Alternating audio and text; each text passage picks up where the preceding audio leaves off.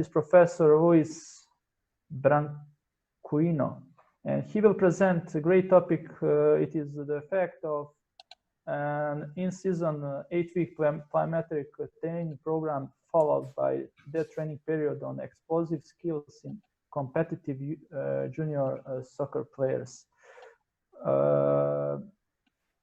Professor Branquinho, you can please share your screen of your presentation and please start when you are ready.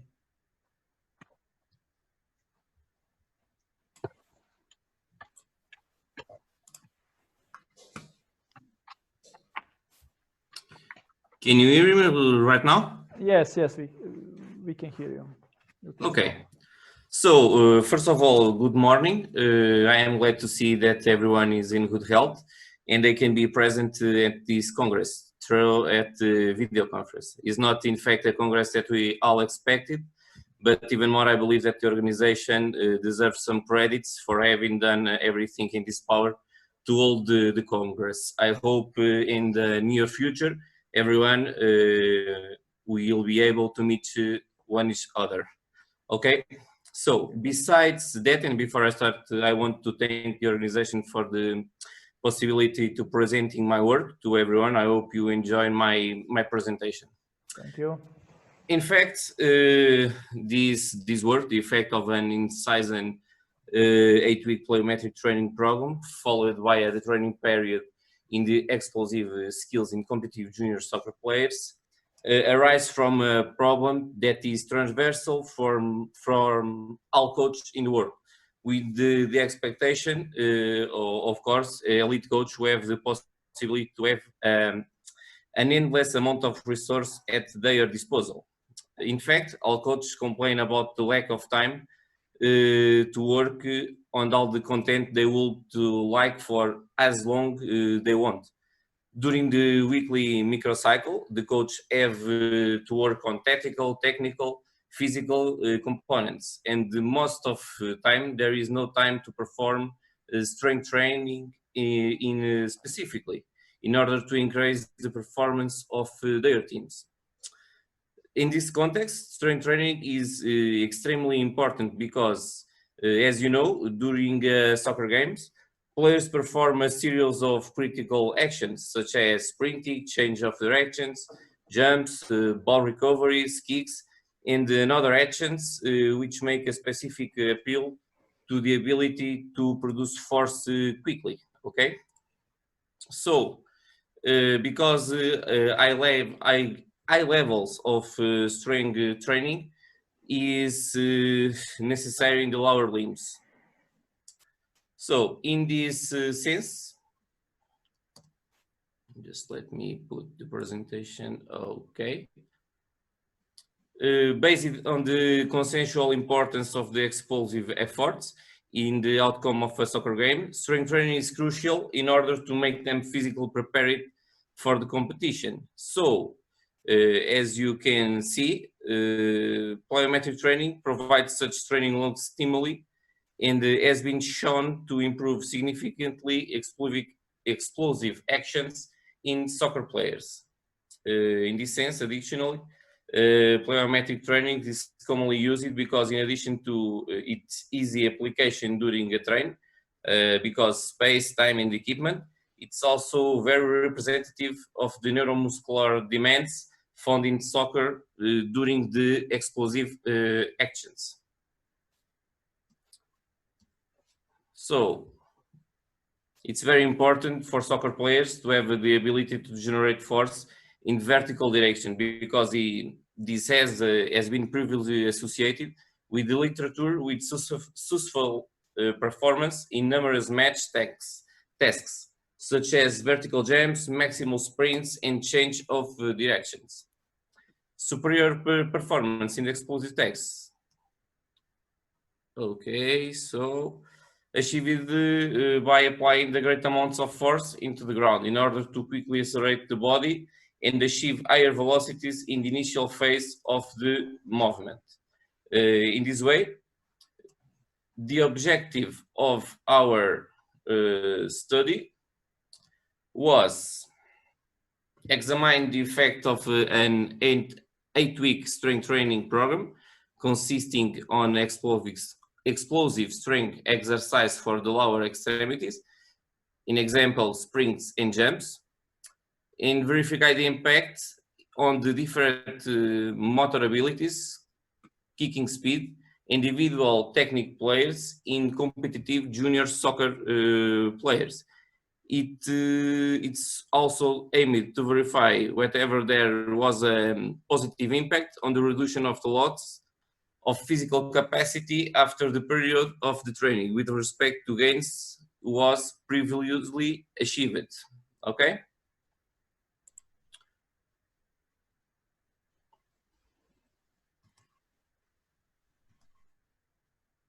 So, regards to our hypothesis of training group, we hypothesize that training group will enhance their jumping, sprinting, aerobic, kicking, and technical ability with the application of the plyometric training. It's only expected an increase in explosive strength stability by the plyometric training that was applied. Furthermore, it is expected that will be a positive impact on the effects of the training. So, regarding to methods, where's use it? We use 15 young male soccer players belonging to a Portuguese team at national level, and with all players competed in 1 match per week, combined with 4 soccer practice sessions.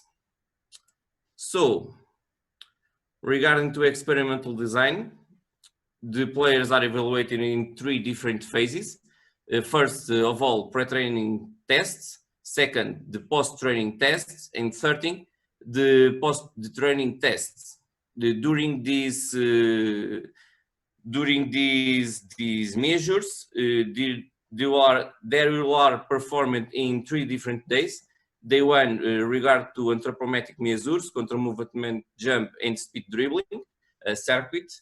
Second day, they are available for 30-meter sprint kicking speed, and day 3 to the yo-yo intermittent test level 2. Okay. So here you can see the training program we have used it. As you can see, over the 8 weeks, punctual adjustments to the training program were made in order to provide adaptations to the training process.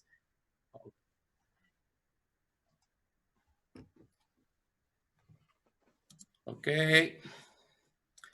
To the statistical analysis, we used the SPSS version 22.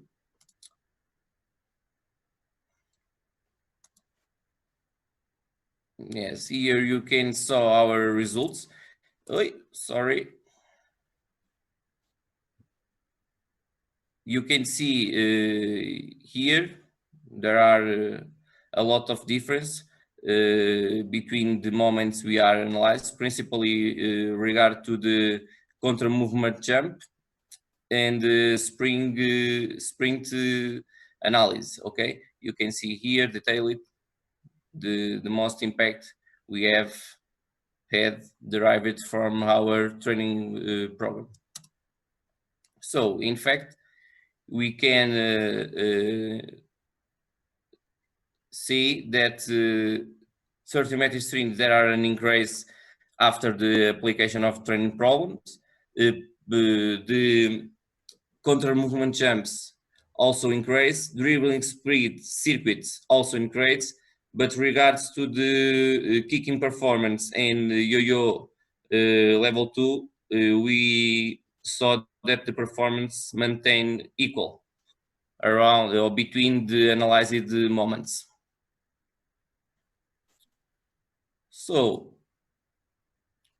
we can conclude about our work that the combination of soccer drills and specific power training with no additional training time in season optimize some aspects of general and soccer-specific explosiveness and endurance performance in junior soccer players. And second, 4 weeks of the training period are not sufficient to cause significant losses in the explosive variables required to soccer players. And third, the data support by the application of the plyometric trainings programs during the season. In fact, they are really important for players. In addition, we can set that this plyometric training program is chosen because it's easy to apply, occupy a short time during the unique training, not requires large investments for the clubs, and can be applied in all clubs of the world in a transversal way. So thank you for your attention, and I hope you like the content of the present. Thank you for your interesting and stimulating presentation. I'm asking participants to start discussion with asking the questions. Okay, we have one question. Slavko, you can ask the question. Hi, Slavko Rogan from Bern University Applied of Science. Thank you, Luis, for your nice presentation. I have a question about your results. Can you open your PowerPoint presentation, please? Again? Yes, of course. And then you can go to slide 13 or 12? 13, please. Yes, we can see here some good results. Sprints increased, counter movement jump increased, kicking performance and the yo-yo test is stable. I wonder, could you explain why the yo-yo test and the kicking performance not increased during these times? Because they are playing, or they do go to training, they have a match, I think, or in this time? Sorry, can you repeat? I can hear you perfectly. Okay, I repeat it. I wonder why the yo-yo test and the kicking performance test is not increased as the same level as sprinting and counter movement jump during this time. Have you an explanation why? Yes, in fact, I don't have a concrete explanation, but it's possible this do it because the training program we applied is not a stimulus during the sufficient time to increase these two variables. Okay, because the 30-meter sprints, counter movement jump, and dribbling speeds. Maybe there are need less of training to make improvements. Okay, so it's possible to do it to the yo-yo particularly. In fact, they are regards to the VO2 max. Okay, and this ability is most difficult to work and requires more time to develop it in this sense. So, regards to the kicking performance, taking in account there are junior players, probably our capacity to kicking do not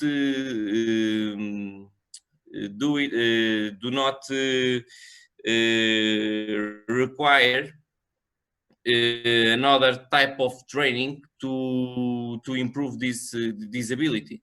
Maybe this ability is established at this time. Okay, I don't know if you could understand perfectly what I say. I can understand very well, thank you, and I think this is a good possibility. I think for trainer, for manager, for clubs to include these aspects in their training procession. For example, I think it's very important if you want to train or increase the sprint ability, then you have to do that during the season, during a period, for example, for 3-4 weeks. And that's enough to improve this kind of ability for soccer. Yes. I think that's a good point. That's a very important point for training. And yes, if you need, you can read my article about this team, yes, and maybe you could infer another conclusions or about this. Thank you. I can provide you the link of the file if you need. Okay. Okay. Yes. We have one more question. Yes, tell me. Okay, this is from Anthony. Okay, very good afternoon, Mr. Luis. Very good presentation. I also had the same doubt why the kicking performance, especially in football, and you have seen that counter movement jump, 30-meter sprint, sprinting, dribbling speed, everything increased, especially kicking performance, why it has not increased? Because I am also a volleyball coach and I also give some plyometric program for my trainees. And of course, I need not kick the ball, but I want really, understand why this is, not improved. That's what I was, personally, I felt, why it is. Particularly regarding to the kicking performance, right? Yes. Yes, I think I can answer to you at the same way. Kicking performance maybe is an variable which requires a more long period of training to make improvements. Okay, I think maybe 8 weeks in this specific program of training is not the best of the programs to improve kicking performance. Okay, although he works in the force or in the production of force with an exercise. I can show you. Wait a moment, please. Here during the training program, we use the counter movement jump, onto a box, sprints with the change of directions. Okay, so we do not use any type of specific training to improve the kicking performance, but we expect do it to the similarity from this type of exercise with the explosive actions. We hypothesize that this program could provoke or induce change in the kicking performance, but in fact this is not verified, and we think maybe we should increase here in the training program a specific point or another exercise to induce different response in the players, and maybe this provides another results. Right now is the explication do I have. I hope you understand. Yeah, I want to ask only one more thing. In this yes, tell me. Kicking performance, whether you are looking at the technicality of that skill, or maybe you are looking for the force exerted, on the ball. What you are measuring there is a distance, the kicking performance. Can you repeat, please? Sorry. I am asking. Yes. You are asking the students to kick the ball as far as possible, or you are looking at the force that is exerted on the ball? What you are checking there for the kicking performance? If I think sorry, is it the technique the students is using when you are kicking? People can kick the ball in different ways, right? Then whether you are looking into the speed of the ball and which is traveling and reaching a distance, you are measuring that distance, or whether you are using the force which is exerted on the ball.